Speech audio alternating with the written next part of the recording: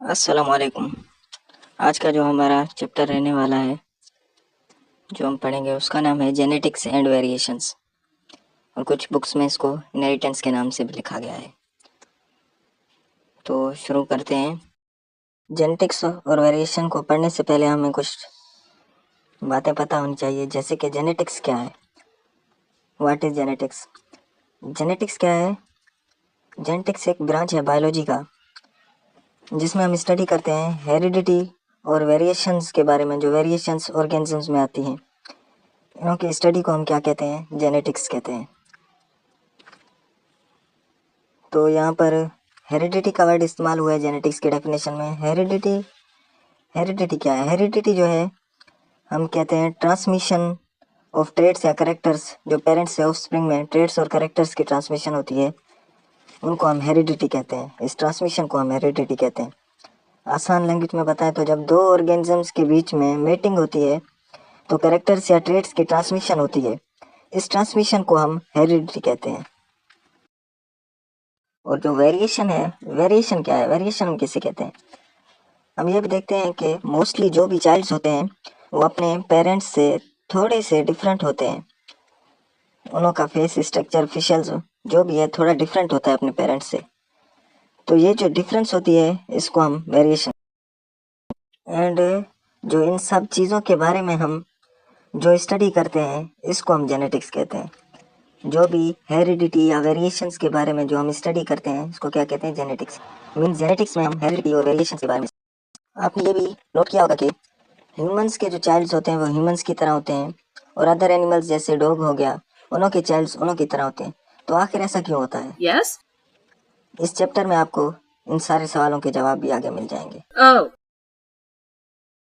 तो आगे बढ़ने से पहले हमें कुछ जेनेटिक्स के टर्मिनोलॉजी के बारे में पता होना चाहिए।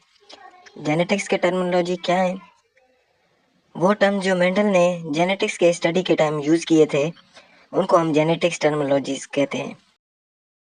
जीन्स क्या है? What is gene? A segment of DNA that carries instructions for a specific trait या करेक्टर। वो सेगमेंट, वो हिस्सा डीएनए का जो उठाए, कैरी करे स्पेसिफिक करेक्टर्स या ट्रेट को। ट्रेट्स या करेक्टर्स क्या है? माना पेरेंट्स से जो भी करेक्टर या ट्रेट ट्रांसफर होता है ऑफस्प्रिंग में, उसको कैरी कौन करता है? उसको पेरेंट्स से ऑफस्प्रिंग में कौन ले जाता है? जो उसको ले जाता है, उसे हम जीन कहते हैं। जीन जो है, पेरेंट्स से ऑफस्प्रिंग में करेक्टर्स को कैरी करता है। हर जीन के पास स्पेसिफिक करेक्टर्स के लिए कोडिंग होती है। मीन्स जो भी जीन्स हैं हमारे बॉडी में या हमारे सेल में, हर जीन के पास स्पेसिफिक करेक्टर्स के लिए कोडिंग होती है। मिसाल, जो आई कलर है उसका जीन डिफरेंट होगा, जो हेयर कलर है उसका जीन डिफरेंट होगा, हाइट का जीन जो है वो डिफरेंट होगा टालनेस वेटनेस के लिए। सारे जो जीन्स हैं वो स्पेसिफिक होते हैं अपने करेक्टर्स के लिए। दूसरा जो है अलील। अलील क्या है? डेफिनेशन से लिखते जाऊंगा इधर, फिर इन्हों को नोट कर लेना, लेकिन मैं समझाने पर ध्यान दूंगा। अलील क्या है? अलील जो है, वो पेयर जीन का जो एक ही करेक्टर को क्या करे, एक ही करेक्टर को जो है कंट्रोल करे। मिसाल, हाइट एक करेक्टर है, तो इसको कंट्रोल करने के लिए जो है जीन्स, मुख्तलिफ जीन्स होंगे, पेयर होगा जीन्स का। जैसे टालनेस और टफनेस के लिए टाल के लिए कैपिटल टी होता है, और टफनेस के लिए शॉर्टनेस के लिए स्मॉल टी होता है। टाल के लिए जो कैपिटल टी और ये स्मॉल टी है ना, ये दोनों क्या है? एक दूसरे के एलील्स हैं, क्योंकि ये क्या कर रहे हैं? एक स्पेसिफिक करेक्टर को, दोनों ही एक ही करेक्टर को, स्पेसिफिक करेक्टर को क्या कर रहे हैं? कंट्रोल कर रहे हैं। उसके बाद आता है फिनोटाइप। फिनोटाइप क्या है? जो फिजिकल अपीयरेंस होती है किसी भी कैरेक्टर की, जो फिजिकल अपीयरेंस होती है किसी भी कैरेक्टर या ट्रेट की, उसको हम फिनोटाइप कहते हैं। जैसे हाइट जो है क्या है? ट्रेट या कैरेक्टर है। तो फिजिकल अपीयरेंस, हमें उसका जीनोटाइप तो देखने से पता नहीं चलेगा कि इसका जीनोटाइप क्या है। हम उसको देखेंगे, या तो वो क्या होगा? टाल होगा, या तो वो क्या होगा? शॉर्ट होगा। अगर टाल या शॉर्ट, ये दोनों क्या हैं? ये उसके फिनोटाइप हैं। वो चीज़ जो हमें देखने से पता चले, यानी उसकी फिजिकल जो अपीयरेंस होगी, उसको हम क्या कहेंगे? फिनोटाइप कहेंगे। और फिनोटाइप कंट्रोल किससे होता है? फिनोटाइप कंट्रोल जो है जीनोटाइप से होगा। कैसे होगा? क्योंकि जो जीन्स प्रेजेंट होंगे, तो फिनोटाइप उसी हिसाब से बनेगा। मिसाल, अगर किसी भी ट्रेट के लिए, करेक्टर के लिए टाल के जीन होंगे, तो वो क्या होगा? टाल होगा। अगर शॉर्ट के जीन होंगे, तो वो क्या होगा? शॉर्ट होगा। इसके बाद क्या आता है? होमोजाइगस कंडीशन क्या होता है? होमोजाइगस कंडीशन हम प्योर कंडीशन को कहते हैं, जिसमें क्या होगा कि दोनों ही पेयर जो होंगे, जीन के दोनों ही एलील, वो क्या होंगे? सिमिलर होंगे। अगर सिमिलर होंगे तो फिर हम कहेंगे ये क्या है? होमोजाइगस है। अगर दोनों ही एलील या दोनों ही जो एलील होंगे किसी भी कैरेक्टर के वो क्या होंगे, डिसिमिलर होंगे, तो हम कहेंगे वो क्या होंगे, हेट्रोजाइगस होंगे। इन टर्म्स को अच्छे से पढ़ लें क्योंकि आगे इन्हों का बहुत यूज होने वाला है, अच्छे से इन्हों को रिमेंबर कर लें। उसके बाद आता है ट्रेट। What is trait? कि ट्रेट क्या है? ट्रेट जो एक्चुअली हम क्या करेक्टर्स को कहते हैं, करेक्टर्स को ट्रेट कहते हैं, लेकिन थोड़ा सा इनमें डिफरेंस है। ये क्या होता है, स्पेसिफिक करेक्टर्स जो होते हैं उन्हों को हम क्या कहते हैं, ट्रेट कहते हैं। वैसे हम ये भी कह सकते हैं करेक्टर्स को ट्रेट कहते हैं, लेकिन ये थोड़ा सा डिफरेंस है, इन डिफरेंस को तुम समझ लो। जैसे कि एग्जांपल लेते हैं, हाइट। हाइट जो है, हाइट के लिए हाइट क्या करेक्टर है, और इसके स्पेसिफिक करेक्टर्स कौन से हैं, टाल एंड शॉर्ट। टाल एंड शॉर्ट क्या है, ये स्पेसिफिक करेक्टर्स हैं। तो हाइट को हम क्या कहेंगे, करेक्टर कहेंगे, और टाल या शॉर्ट को हम क्या कहेंगे, ट्रेट कहेंगे। तो ये इनों के क्या हो जाएंगे, ट्रेट। और जो इन ट्रेट्स को कंट्रोल करते हैं, उन्हों को जो एक ही ट्रेट को कंट्रोल करे, उन्हों को हम क्या कहते हैं, उन्हों को हम कहते हैं अलील्स। जैसे टाल के लिए कैपिटल टी होता है, तो ये कैपिटल टी क्या है, ये दोनों अलील्स। वो अलील्स क्या है, वो जीनोटाइप जो एक स्पेसिफिक किसी भी एक खास जो है करेक्टर को कंट्रोल करे, उसको हम क्या कहते हैं, अलील कहते हैं। और ये क्या होते हैं, अलील्स जो होते हैं वो सेम लोकस, यानी लोकस क्या होता है, लोकस जो क्रोमोसोम पर मीन सेम लोकेशन पर प्रेजेंट होते हैं। लोकस की डेफिनेशन क्या बनती है, position of gene on chromosome को लोकस कहते हैं।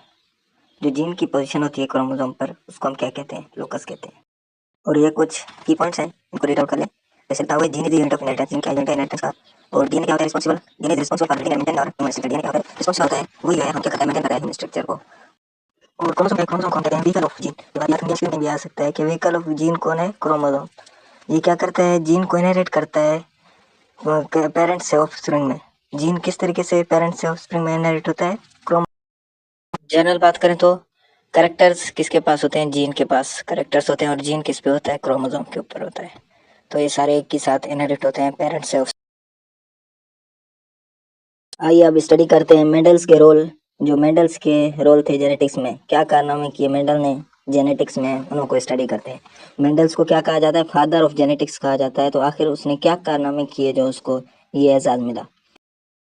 कहा जाता है कि मेंडल बहुत ही कोई इंटेलिजेंट बंदा था, बहुत ही इंटेलिजेंट था। ये साइंटिस्ट तो नहीं था, कोई बायोलॉजिस्ट नहीं था, ये क्या था, एक मॉन्क था। मॉन्क जिसको पादरी कहते हैं, चर्च में जो काम करते हैं, मॉन्क था। मैंने आपको बताया मेंडल को क्या कहा गया है, फादर ऑफ जेनेटिक्स का एजाज मेंडल को दिया गया है। मेंडल ने क्या किया था, मेंडल ने एक्सपेरिमेंट किया था पी प्लांट पर, जिसका साइंटिफिक नेम है पिसम सैटिवम। पी प्लांट पर इसने क्या किया था, एक्सपेरिमेंट किया था। इसने डिस्कवर किए थे basic laws of inheritance. Inheritance के कुछ लॉज दिए थे किसने, मेंडल ने। आपने बायोलॉजी में देखा होगा कोई भी लॉज वगैरह मोस्टली नहीं होते। जैसे केमिस्ट्री में बहुत सारे लॉ हैं, चार्ल्स लॉ, बॉयल्स लॉ वगैरह। बायोलॉजी में से बहुत ही कम लॉ हैं, वो भी सिर्फ कौन से लॉ हैं, मेंडल्स की यही लॉ है। तो आप इससे भी अंदाजा लगा सकते हैं कि मेंडल कितना इंटेलिजेंट बंदा था। तो मेंडल्स के लॉ कौन कौन से, मेंडल ने जो बेसिक लॉ दिए थे वो उसके ऑब्जर्वेशन पर बेस करते थे। मेंडल के ऑब्जर्वेशन पर जो लॉज उसने दिए वो कौन से, 3 लॉ हैं जिनको हम लॉज ऑफ इनहेरिटेंस कहते हैं। 3 लॉ हैं, वो कौन से लॉ हैं, फर्स्ट लॉ है लॉ ऑफ सेग्रीगेशन जो मोनोहाइब्रिड क्रॉसेस के लिए है। और सेकंड लॉ कौन सा है, लॉ ऑफ इंडिपेंडेंट असॉर्टमेंट जिसमें डायहाइब्रिड क्रॉसेस होती हैं। ये क्रॉसेस वगैरह हम आगे भी समझेंगे, आपको समझा जाएंगे कि क्या है। और तीसरा लॉ कौन सा है, लॉ ऑफ डोमिनेंस। क्या, law of dominance. Law of dominance, dominance छोटा है तो अगले स्लाइड में इसको कवर कर लेते हैं हम। जेनेटिक्स को एक्सप्लेन करने के लिए मेंडल से पहले भी बहुत से साइंटिस्ट बायोलॉजिस्ट ने बहुत सारी कोशिशें की, लेकिन कोई भी सक्सेस नहीं हुआ। मेंडल जबकि कोई बायोलॉजिस्ट तो नहीं था, मेंडल बायोलॉजिस्ट भी नहीं था, फिर भी वो सक्सेस हुआ। तो इसके सक्सेस के पीछे क्या थे, 2 की पॉइंट्स थे इसकी सक्सेस के लिए। 2 की पॉइंट थे जिसकी वजह से ये क्या हुआ, सक्सेस हुआ है। एक क्या था, चॉइस ऑफ मटेरियल। जो इसका चॉइस था मटेरियल जिस पर इसने एक्सपेरिमेंट किया, किस पर एक्सपेरिमेंट किया, पी प्लांट पर। किस पर, पी प्लांट पर, पिसम सैटिवम जिसका साइंटिफिक नाम है। इसने इसका ये चॉइस ऑफ मटेरियल क्या था, पिसम सैटिवम। और दूसरा क्या था, मेथड ऑफ स्टडी। और इसका मेथड ऑफ स्टडी भी इजी था। कैसे, ये बायोलॉजिस्ट नहीं था तो इसने दूसरे जो भी बायोलॉजिस्ट जो है ज्यादा ओवर सोच लेते हैं कि ये ऐसे नहीं होगा वैसे नहीं होगा, तो इसने कोई भी ऐसा सोच नहीं रखा। ये बायोलॉजिस्ट नहीं था, ये कौन था, मॉन्क था, एक पादरी जो चर्च में काम करते हैं। तो इसने कोई भी ऐसा वैसा कोई भी सोच नहीं रखा, और इसने जनरल तरीके से बहुत इंटेलिजेंट बंदा था। इसने क्या किया, पी प्लांट पर एक्सपेरिमेंट्स किए और अपनी सक्सेस हासिल की जेनेटिक्स में, और जिसकी वजह से इसको फादर ऑफ जेनेटिक्स का एजाज। अब हम एक्सप्लेन करते हैं लॉ ऑफ डोमिनेंस को। किसको, लॉ ऑफ डोमिनेंस। जो तीसरा लॉ था वो कौन सा था, लॉ ऑफ डोमिनेंस। ये छोटा लॉ है तो इसको पहले एक्सप्लेन कर लेते हैं। लॉ ऑफ डोमिनेंस क्या कहता है, it state that in hybrid impure condition only one character express completely while other is masked completely. इसमें क्या होता है, अगर किसी भी करेक्टर के लिए जो दो अलील होते हैं उसमें से अगर कोई एक डोमिनेंट हो तो दूसरा रिसेसिव हो, तो डोमिनेंट जो होगा वो खुद को कंप्लीट एक्सप्रेस करेगा, एक अलील खुद को फुल एक्सप्रेस करेगा और दूसरा जो है फुल खुद को क्या करेगा, मास्क करेगा, छुपा देगा। एक ही एक्सप्रेस होगा, जो एक्सप्रेस होगा उसको क्या कहेंगे, डोमिनेंट, और जो एक्सप्रेस नहीं होगा, जो छुप जाएगा, उसको क्या कहेंगे, रिसेसिव। जैसे यहाँ पे डायग्राम में दिखाया गया है, कुछ क्या है करेक्टर डोमिनेंट है और कुछ क्या रिसेसिव है। अब जो खुद को एक्सप्रेस करेगा वो क्या होगा, डोमिनेंट होगा, और जो खुद को एक्सप्रेस नहीं करेगा, जो छुप जाएगा, वो क्या होगा, रिसेसिव होगा। एक्सप्रेस एक ही होगा और दूसरा क्या होना है, छुप जाना है। अब आगे बढ़ते हैं बायोलॉजिकल क्रासेस के ऊपर।